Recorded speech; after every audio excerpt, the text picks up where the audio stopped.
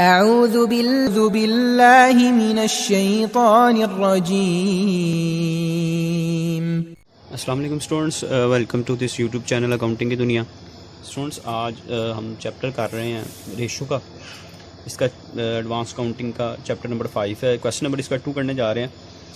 जैसा कि आप सबको पता है कि अब एग्ज़ाम्स की डेट आ चुकी है, तो मेरी कोशिश होगी मैं जल्दी से जल्दी इन चैप्टर को भी कंप्लीट करूँ। इसके बाद इंशाल्लाह हायर परचेज़ वाला जो चैप्टर है उसकी भी वीडियोस मैं बहुत जल्दी अपलोड करने की कोशिश करूँ। तो आप लोगों की रिस्पांस की ज़रूरत है, ज़्यादा से ज़्यादा जो है वो सब्सक्राइब करें ताकि मोटिवेशन मिलती है और हम ज़्यादा से ज़्यादा फिर वीडियोस अपलोड करें। अच्छा स्टूडेंट, क्वेश्चन नंबर 2 को रीड करेंगे। Calculate the following ratio from the balance sheet. Current ratio, quick ratio. ये क्विक रेशो जो थी, इसको लास्ट टाइम हमने शायद क्वेश्चन में लिक्विड रेशो भी कहते हैं, इसको क्विक रेशो भी कहते हैं और इसको एसेट टेस्ट रेशो भी कहते हैं। दूसरा थर्ड है जी debt equity ratio, proprietary ratio और फिक्स एसेट रेशो। फर्दर हमारे पास बैलेंस शीट में लायबिलिटी साइड है जिसमें शेयर कैपिटल है, रिजर्व है, 12% डिबेंचर्स, मॉर्गेज लोन है, 10% डिबेंचर है। ये दोनों जो हैं जिनके साथ परसेंटेज आ जाएगी ये लॉन्ग टर्म डेट्स होते हैं। फिर उसके बाद बैंक ओवरड्राफ्ट है, क्रेडिटर आउटस्टैंडिंग, ये आपके शॉर्ट टर्म डेट्स हैं, ये आपके लॉन्ग टर्म डेट्स हैं। उसके बाद स्टूडेंट्स हमारे पास plant and machinery, furniture, stock, debtor, advance, prepaid और कैश इन हैंड मौजूद है। ये हम जो 5 रेशोज़ हैं इसको हम अप्लाई करने की कोशिश करेंगे। सबसे पहले मैंने फार्मूले लिख लिया ताकि कुछ टाइम हमारा सेव हो जाए। Current ratio students last time भी किया था और ये एक ऐसी रेशो है जो तकरीबन हर साल ही आई होती है। बहुत आसान सा इसका पैटर्न है। सबसे पहले आपने करंट एसेट्स देखने हैं, ठीक है स्टूडेंट्स। करंट एसेट्स कौन से होते हैं? आप क्वेश्चन में अगर आप देखें तो हमारे पास स्टॉक मौजूद है, हमारे पास डेटर्स मौजूद है, हमारे पास एडवांसेस मौजूद है, हमारे पास प्रीपेड एक्सपेंसेस मौजूद है और कैश इन हैंड मौजूद है। ये सारे जो हैं ये आपके करंट एसेट्स हैं। मैं यहाँ पे इसको करंट एसेट्स हम लिखेंगे। सबसे पहले है जी हमारे पास, मैं सिर्फ अमाउंट्स लिख रहा हूँ इनकी। 2,20,000 से हमारे पास स्टॉक मौजूद है। डेटर्स हमारे पास 1,10,000 से मौजूद हैं। एडवांसेस हमारे पास 10,000 से मौजूद हैं। प्रीपेड एक्सपेंसेस हमारे पास 8,000 से हैं और कैश इन हैंड हमारे पास 52,000 का जी। अगर हम इनको ऐड कर लेते हैं तो 2,20,000 प्लस 1,10,000 प्लस 10,000 प्लस 8,000 प्लस 52,000, तो ये स्टूडेंट्स हमारे पास बन जाता है जी 4 लाख। ठीक है जी। इसके साथ ही इधर मैं करंट लायबिलिटीज़ लिख लेते हैं। अब आप क्वेश्चन में देखें, सबसे पहले शेयर कैपिटल है, रिजर्व है, उसके बाद लॉन्ग टर्म है, ठीक है। और बाकी हमारे पास जो बच जाते हैं वो बैंक ओवरड्राफ्ट है, क्रेडिटर्स हैं और आउटस्टैंडिंग है। ये हमारे पास करंट लायबिलिटीज़ हैं। सबसे पहले लिखेंगे बैंक ओवरड्राफ्ट हमारे पास है जी 1 लाख से। क्रेडिटर्स हमारे पास मौजूद हैं 80,000 के और 20,000 के आउटस्टैंडिंग। ये हमारा इनका टोटल करें तो ये बन जाता है जी हमारे पास 2 लाख। इसको हम पुट कर देंगे क्वेश्चन में। ये वर्किंग आपने क्वेश्चन का हिस्सा होती है, इसको साथ आपने क्वेश्चन के नीचे शो करेंगे। करंट एसेट्स हमारे पास टोटल आपने देखा हो गया 4 लाख डिवाइडेड बाय 2 लाख। इसको अगर सॉल्व करें तो ये आंसर आ जाएगा 2:1। ठीक हो गया, ये आंसर 2 आता है, साथ इसकी रेशो 1 लिखी जाए। सेकंड हमारे पास है लिक्विड एसेट। लिक्विड एसेट्स के बारे में मैंने लास्ट टाइम बताया था कि करंट एसेट में से आप अगर प्रीपेड एक्सपेंसेस और स्टॉक को माइनस कर दें तो आपके पास लिक्विड एसेट होंगे। करंट एसेट हमारे पास टोटल माइनस करना है हमने प्रीपेड मैंने मिस्टेक से मैंने प्रीपेड की जगह मैंने कोई और अमाउंट लेस कर दी जो कि कैश इन हैंड की थी, सॉरी। हाँ जी, प्रीपेड एक्सपेंसेस हमारे पास जो है वो तो 8,000 का है, लेकिन स्टॉक जो है वो 2,20,000 का है। 2,20,000 जी, ये मिस्टेक थी। यहाँ पे 50,000 मैंने माइनस कर दिया, 52,000 कैश इन हैंड की अमाउंट थी वो। अच्छा, 4 लाख में से माइनस करेंगे 8,000 और माइनस करेंगे 2,20,000, तो ये आता है 1,72,000। इधर हम लिखेंगे 1,72,000। इसको डिवाइड कर देंगे हम 2 लाख से, तो ये हमारे पास आता है जी 0.86। इसके साथ लिखेंगे रेशो 1। ये तो 2 रेशोज़ पहले भी आप कर चुके हैं, उसी तरीके से इनको हम करेंगे। अब हमारे पास जो नई एक रेशो आ रही है debt equity ratio, debt over equity भी कहते हैं इसको। अच्छा, इसका फार्मूला है, इसके 2-3 फार्मूले हैं, लेकिन उनमें से पहले हम अप्लाई करते हैं long term debts over equity. So long term debts कौन से होते हैं? जैसे मैंने अभी आपको क्वेश्चन में बताया, जो परसेंटेज वाले होंगे। जैसे कि यहाँ पर अगर परसेंटेज वाले देखे जाएँ तो हमारे पास 12% मॉर्गेज मौजूद है और 12% डिबेंचर मौजूद है। ये दोनों लॉन्ग टर्म्स हैं जिनके साथ हमारी परसेंटेज गिवन होगी। ये 4,40,000 से है और ये हमारे पास 1,60,000 है। अगर इनको ऐड कर लें तो ये आता है जी 6 lakh divided by equity. Equity में क्या आता है स्टूडेंट्स? इक्विटी में आपके पास सबसे पहले आप लिखेंगे शेयर कैपिटल और प्लस इसके साथ अगर क्वेश्चन में रिजर्व्स मौजूद हों तो वो भी आप इसमें ऐड करेंगे। शेयर कैपिटल हमारे पास क्वेश्चन में मौजूद है 5 लाख से और रिजर्व एंड सरप्लस है जी 1 लाख से। तो ये भी स्टूडेंट्स कितना बन जाता है हमारे पास 6 लाख। इसको डिवाइड कर देंगे 6 लाख से तो 6 लाख ओवर 6 लाख ये 1:1 आ जाए। अच्छा जी, इसका एक और फार्मूला मैं अप्लाई करूँगा, टोटल डेट्स ओवर इक्विटी। अब ये आपने याद रखना कि टोटल डेट्स में शॉर्ट टर्म डेट्स भी आते हैं और लॉन्ग टर्म डेट्स भी आते हैं। ठीक है जी, शॉर्ट टर्म डेट्स और लॉन्ग टर्म डेट्स। इसमें लॉन्ग टर्म डेट्स मैंने अभी आपको बताया जो परसेंटेज वाले हैं, और शॉर्ट टर्म डेट्स कौन से हैं? ये जो हमारे करंट लायबिलिटीज़ थी ये शॉर्ट टर्म डेट्स है। यानी कि आपने क्या करना है, इक्विटी के अलावा आपके शॉर्ट टर्म डेट्स और लॉन्ग टर्म डेट्स यहाँ पे आ जाएंगे। इक्विटी हमने पिछले पार्ट में फाइंड की है 6 लाख, और अगर आप टोटल डेट्स में से इक्विटी को माइनस कर दें, यानी कि 14 लाख आपके टोटल डेट्स से इनमें से माइनस कर दूं सिर्फ इक्विटी को 6 लाख, तो बाकी हमारे पास आता है जी 8 लाख। 8 लाख को हम डिवाइड कर देंगे इक्विटी पे, ये आ गया जी 1.33। इसके साथ भी आप रेशो 1 लिखेंगे। ठीक है जी। उसके बाद आ गई जी हमारे पास प्रोप्राइटरी रेशो। प्रोप्राइटरी रेशो का फार्मूला क्या है students? Share holder fund divided by total assets. Share holder fund total assets अगर आप क्वेश्चन में देखें तो टोटल एसेट्स हमारे पास क्वेश्चन में 14 लाख के, और शेयर होल्डर फंड ये इक्विटी जो है ये शेयर होल्डर फंड ये है। शेयर कैपिटल और सरप्लस जो आपने यहाँ पे लिखा था ऊपर वाले क्वेश्चन में हमने फाइंड किया था वही यहाँ पे आ जाएगा क्वेश्चन में। इसको आप देखें तो ये हमने फाइंड किया था 5 लाख प्लस 1 लाख 6 लाख, तो ये यहाँ पे आ जाएगा जी 6 लाख। तो अगर 6 लाख को डिवाइड करेंगे हम 14 लाख से तो ये आता है जी 0.428। इसके साथ भी आप रेशो 1 लिखें।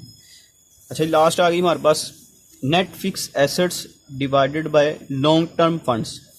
Net fix assets divided by long term. अब देखें आपके पास फिक्स एसेट कौन कौन से मौजूद है? एक प्लांट एंड मशीनरी मौजूद है जो कि 8 लाख से है, प्लांट एंड मशीनरी 8 लाख से, और 2 लाख के फर्नीचर एंड फिक्सचर है। तो ये टोटल कितना बन जाता है जी हमारे पास 10 लाख। ठीक हो गया जी। इसके डिवाइड हमने किससे करना है? लॉन्ग टर्म फंड के साथ। लॉन्ग टर्म फंड में स्टूडेंट्स क्या आएगा ये आपने यहाँ पे मैं इसकी कैटेगराइज कर देता हूँ। इसमें 2 चीज़ें आपने लिखनी है यहाँ पे। एक तो आपके लॉन्ग टर्म डेट्स आ जाएंगे जो आपके परसेंटेज वाले डेट्स हैं, परसेंटेज डेट्स जो आपके पास परसेंटेज वाले होंगे, और उसके अलावा आपने इसमें शेयर होल्डर फंड ऐड कर लेना। अब यहाँ पे अगर आप लॉन्ग टर्म फंड्स देखें परसेंटेज वाले, अगर आप अपने लॉन्ग टर्म डेट्स देखें तो वो 2 थे जो कि एक मॉर्गेज लोन था और दूसरा डिबेंचर, दोनों परसेंटेज में है। इनकी अमाउंट बनती है टोटल 6 लाख। और शेयर होल्डर फंड ये हमने ऊपर अभी लिखा, ये भी कितना था 6 लाख, और अगर इन दोनों को प्लस कर लें तो ये आ जाता है जी 12 लाख। इसको हम डिवाइड करेंगे 12 लाख के साथ, तो 10 लाख डिवाइडेड बाय 12 लाख, तो ये स्टूडेंट्स हमारे पास आ गया 0.833। इसके साथ भी रेशो 1 आ गया। लेकिन स्टूडेंट्स ये क्वेश्चन हम कर रहे थे क्वेश्चन नंबर 2। उम्मीद है कि ये क्वेश्चन आपको समझ लगी होगा। इसी के साथ हम क्वेश्चन नंबर नेक्स्ट जो है वो भी हम करने की कोशिश करते हैं, इसी वीडियो में कर लेते हैं जी। Question number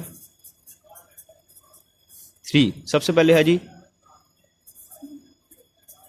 current ratio. तो इसका फार्मूला क्या होता है जी स्टूडेंट्स? अभी हम करके आए हैं current assets over current liability. अब आपने क्वेश्चन में देखना है कि करंट एसेट्स कौन कौन से हैं।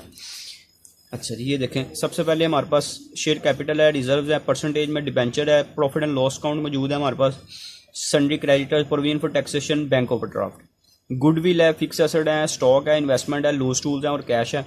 और हमने 5 जो है वो रेशोज फाइंड करनी है। Current ratio, liquid, proprietary ratio, date equity ratio, return on equity ratio, ये 5 किस्म की रेशोज हैं जो हमने फाइंड करनी।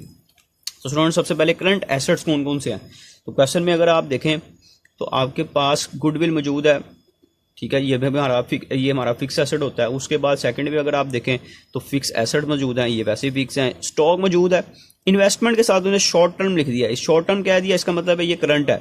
लूज टूल्स जो होते हैं ये भी हमारा फिक्स एसेट, इनको कंसीडर किया जाता है। तो हमारे पास बाकी रह गया कैश, यानी कि 3 अमाउंट्स। एक हमारे पास आ गया स्टॉक जो कि क्वेश्चन में मौजूद है 60,000 से। इन्वेस्टमेंट शॉर्ट टर्म की है इसलिए लिखेंगे, लॉन्ग टर्म होती तो नहीं लिखनी थी।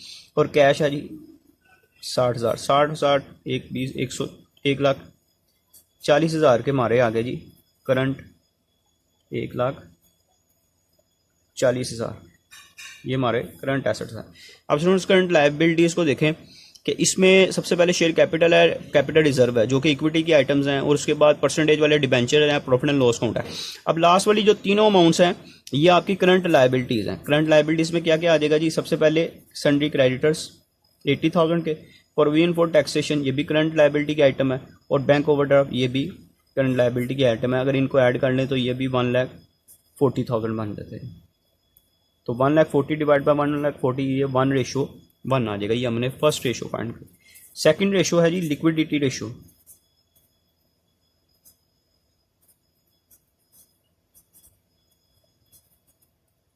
लिक्विडिटी रेशो का फार्मूला भी लास्ट टाइम हमने किया है, liquid assets over current liability. तो लिक्विड एसेट्स कैसे आते हैं, लिक्विड एसेट्स के लिए आपने करंट एसेट्स में से स्टॉक और प्रीपेड को माइनस कर देना। ये हमारे पास आया था 1,40,000, इसमें स्टॉक हमारे पास था सिर्फ, प्रीपेड कोई मौजूद नहीं था। तो 60,000 जो कि स्टॉक है इसको माइनस कर देंगे तो रिमेनिंग आ जाएगा हमारे पास 80,000। तो लिक्विड एसेट्स आ गए हमारे पास 80,000, करंट एसेट्स हमारे पास मौजूद है 1,40,000 के।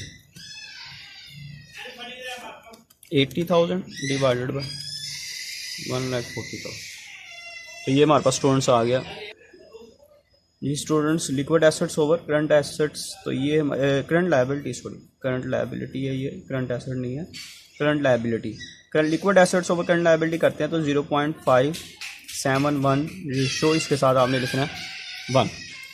तो ये हमारे पास लिक्विड रेशोज आ गई। उसके बाद उससे पहले हमने करंट रेशो फाइंड किया। थर्ड पे जो हमारे पास क्वेश्चन में मौजूद है वो है जी प्रोप्राइटरी रेशो।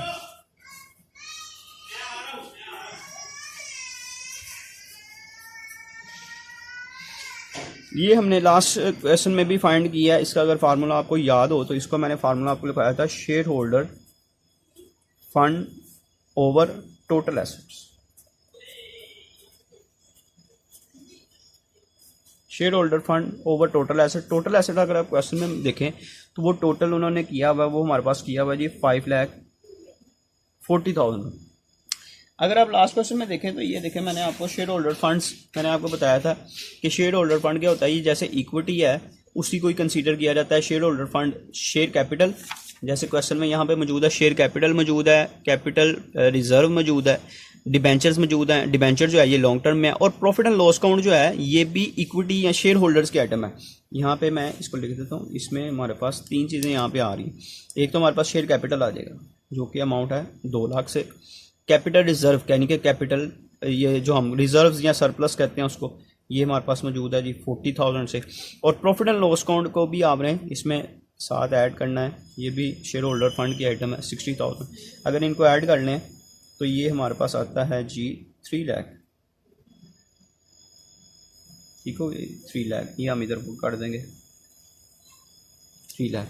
अगर इसको सॉल्व करते हैं तो ये आ जाता है 3 लाख डिवाइडेड बाय 5,40,000। तो स्टूडेंट्स ये आंसर आता है 0.55:1 इसके साथ आप। अच्छा जी, इसके बाद बड़ी इंपॉर्टेंट रेशो जो है वो 4th है, जो कि पेपर पॉइंट ऑफ व्यू से बार बार रिपीट होती है, डेट टू इक्विटी रेशो। इसके मैं बता चुका हूँ, लास्ट क्वेश्चन में भी 2 फार्मूले हैं। ठीक है जी, आप ज़रूरी नहीं है कि दोनों से आपने करना है, आप किसी एक फार्मूले से इसको क्वेश्चन में सोल्व कर सकते हैं। तो इसके लिए सबसे पहले मैं लिख लूँगा long term debts over equity.